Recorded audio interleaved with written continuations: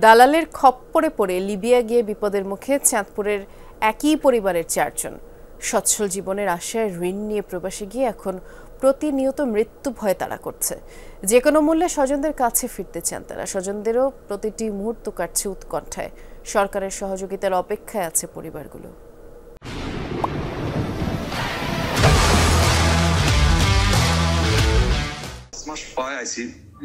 একদিনকার জন্য দোকানে যেতে পারিনি। এদেশের মধ্যে ঝামেলা আমনের সবচেয়ে মাফিয়া। সংসারের সচ্ছলতা আনতে দালালদের মাধ্যমে লিবিয়া যান 3 সন্তানের বাবা জহির খান। এখন দিন কাটছে অনেকটা বন্দী অবস্থায়। তাড়া করে ফিরছে মৃত্যু ভয়। বাঙালির রুনিয়া বিক্রি করে লাই 3 লাখ 4 লাখ টাকা বেচলে তারা এখান থেকে আবার মুক্তিপণ হিসেবে দাবি করে 30 লাখ 40 লাখ 55 জনের মতো আছি বাঙালি। আর আমরা একবার থেকে 4 জন আছি। স্বজনরা জানায় গত বছর 6 অক্টোবর লিবিয়া পাড়ি দেন চাঁদপুরের কচুয়া কোয়া গ্রামের জহির খান, রাসেল খান, আনিস খান ও ফয়সাল খান। 4 জনই আত্মীয়। ভালো বেতনে চাকরির প্রলোভন দেখিয়ে জনপ্রতি 4 লাখ টাকা করে বিদেশে পাঠায় স্থানীয় দালাল বকুল মিয়া। কিন্তু 5 মাস পেরোলেও মেলেনি কাজ কিংবা থাকার বৈধতা। প্রতারণার শিকার হয়ে দেশে ফেরার দিন গুনছেন 4 জন। উদ্বেগ উৎকণ্ঠায় দিন কাটছে পরিবারগুলোর।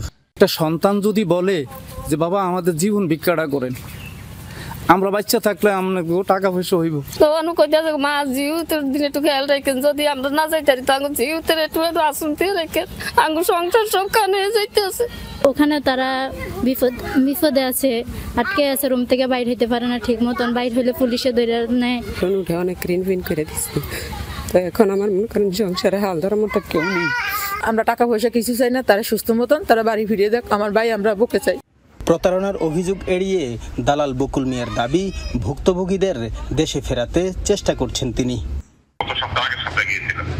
আলাপ করে আসছি, বললো যে ফ্যামিলিটা কমপ্লিট করে দেন, দিলে আমরা এটা তদন্ত করাবো। গত 10-15 দিনের মধ্যে তদন্ত রিপোর্ট দিলে তারপর আমরা একটা এজেন্সিতে বলে দিলে ওদেরকে নিয়ে আসা যাবে।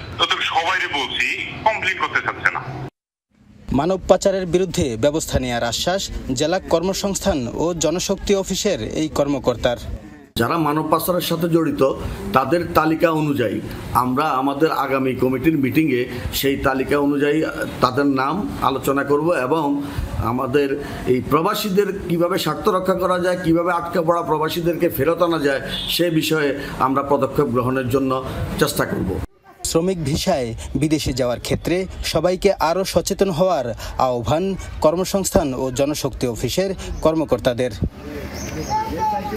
কাদের পলাশ, যমুনা নিউজ, চাঁদপুর।